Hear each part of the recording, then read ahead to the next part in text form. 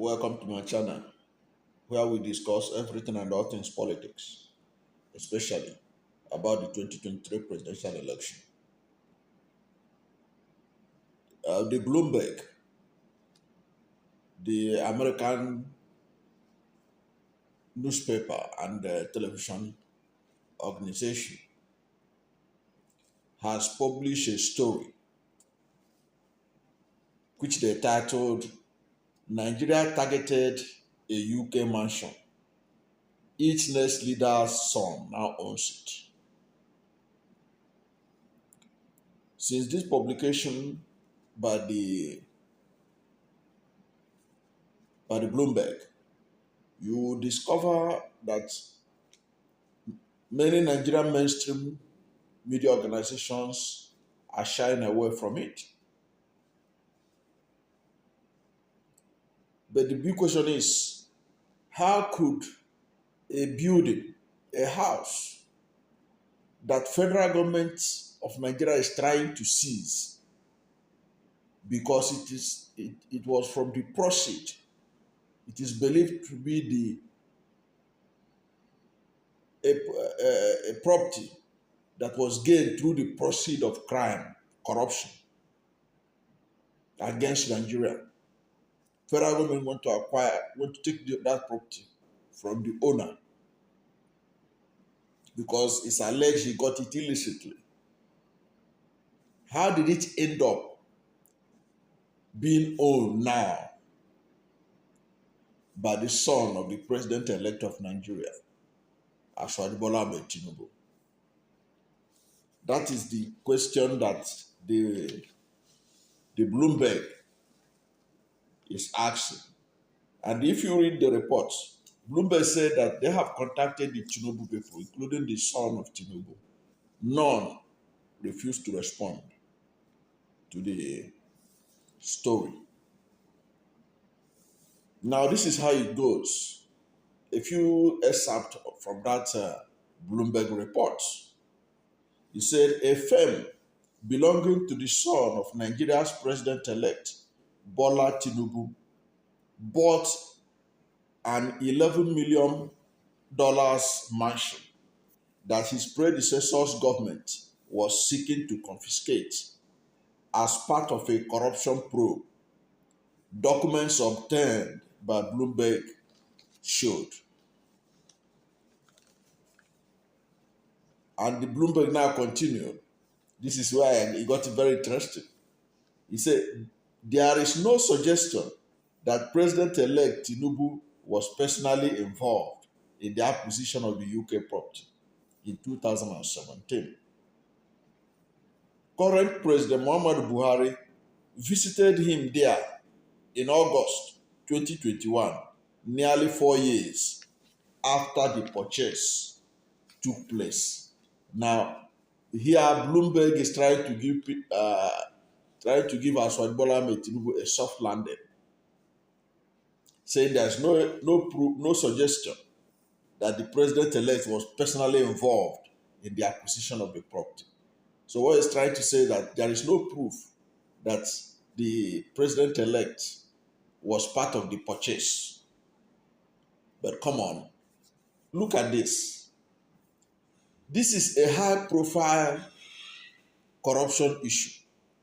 Federal government was going after Aluko, who is also known to be business associate, allegedly, with Desiane Alison Madueke, who was accused of corruption. And he was the poster face of corruption that Buhari administration used to bombard Nigerians with. Desiane this, Desiane that, Desiane this, Desiane that. So a property that somebody who is an associate of Desiane was acquired by the son of Asiwaju Bola Ahmed Tinubu, and that's why he didn't know anything about it. His son just bought the building, and then he was staying there, and Buhari came to visit him there in 2021.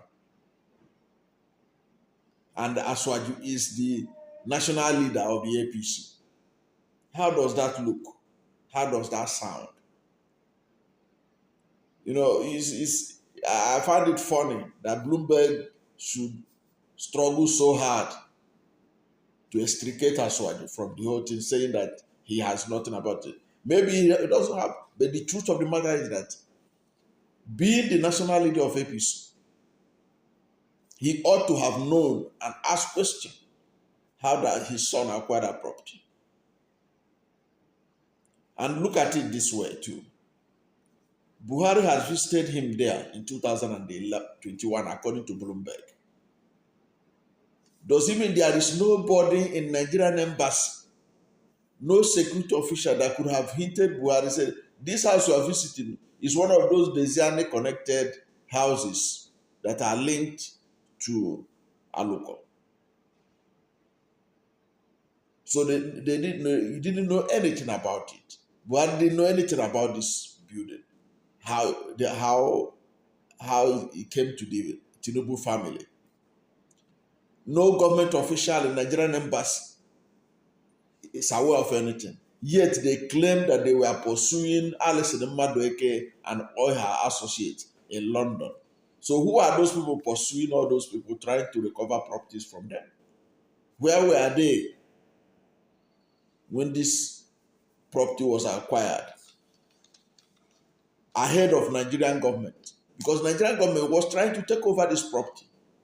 Because Nigerian government believed that it is its own property, given that it was a proceed of alleged corruption from Nigeria. And some people have said that, okay, it's not the fault of Seyi, the son of Tinubu, that he just saw a property that was on the market. It doesn't sound intelligent. I mean, it doesn't make sense for somebody to just look at it like that. If Tinubu's son want to acquire property in London, why that particular property? Why that particular property? You see, that is how we mess ourselves up internationally. And it's not strange. Nigeria has been a fantastically corrupt country. A former British Prime Minister described Nigeria as a fantastically corrupt country. In fact, the man described Nigeria and Afghanistan. He said these are the two most fantastically corrupt countries in the world. And according to the Bloomberg, they said the corporate documents seen by them, by the Bloomberg, show for the first time that Tinubu's 37-year-old son, Oluwaseyi, is the main shareholder of the Aranda Overseas Corp, an offshore company that paid £9 million, equivalent of $10.8 million, to Deutsche Bank for the property in North London in late 2017. The private three-floor residence in St. John's Wood, a district favored by American bankers, is equipped with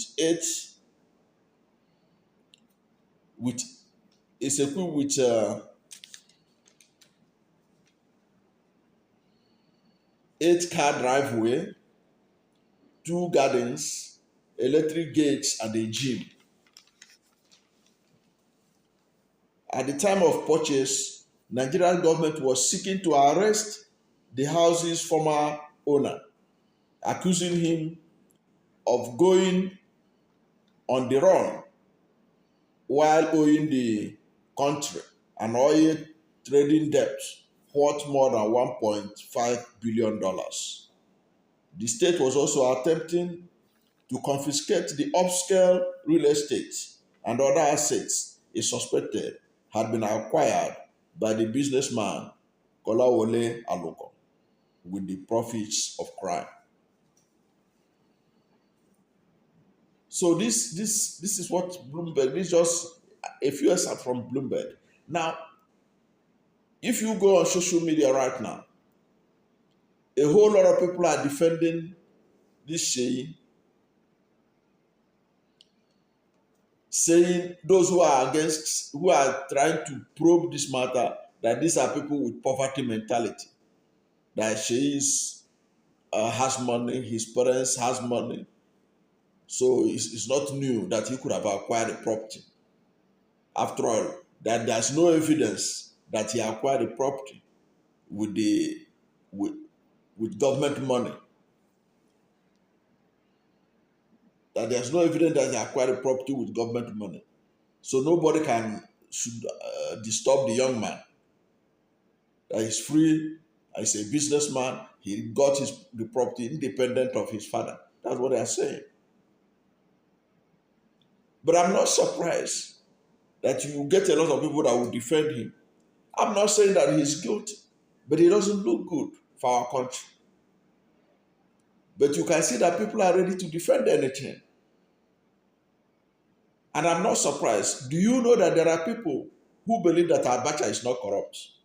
Despite all the millions of dollars, billions of dollars that have been returned from over 50 banks around the world, there are many Nigerians out of ethnic affinity, out of religious affinity, who believe that Sani Abacha was not corrupt. In fact, they tell you that this money being returned was that Abacha was saving the money for Nigeria. And I used to laugh at them. I say, if Abacha was saving this money for Nigeria, why did the Abacha family took the federal government to court to stop federal government from getting the money under President Olusegun Obasanjo? Why did the Abacha family, they went to court to stop federal government from getting the money? In fact, President Olusegun Obasanjo said that one of the most difficult presidential decisions he took was allowing the Abacha family to be given about $100 million in an out-of-court settlement so that the Abacha family will not use court to stop Nigeria from getting the monies back.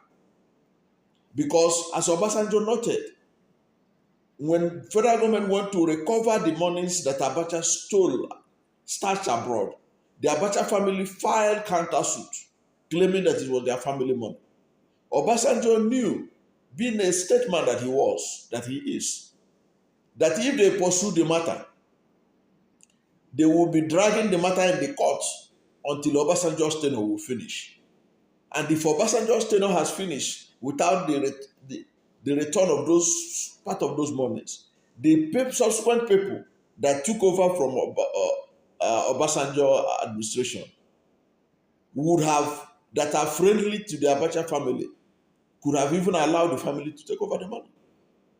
So what Obasanjo did was to link the matter to that of Philippine.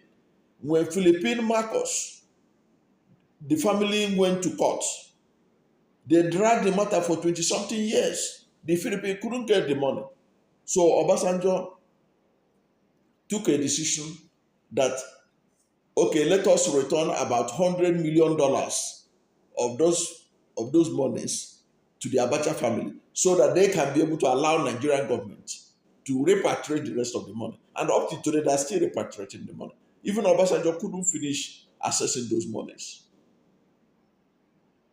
That is how far people can go to defend the indefensible. Now they are all over the social media defending Seyi. I'm not saying he's guilty. I'm not saying, but everybody should search his conscience. What work has he been doing? What business have he been doing? And how come that federal government does not raise alarm that somebody is trying to acquire a property that he claimed was a proceed of crime when it was pursuing Alison Madueke, the former minister of petroleum. Nobody's talking about that. What did federal government, a property that ought to have returned to the federal government, has now been bought over by the son of the president-elect. Can federal government go back again to say you want to acquire that property? Can federal government go back and say, okay, Aloko, give us back that property? Your answer is as good as mine. Thank you for watching this video. And if you are new to my channel, you have not yet subscribed to my channel, please subscribe to my channel. Hit the subscription button, hit the notification bell. When you subscribe to my channel and hit the notification bell, anytime I have a new video, you will be among the first to know. God bless you.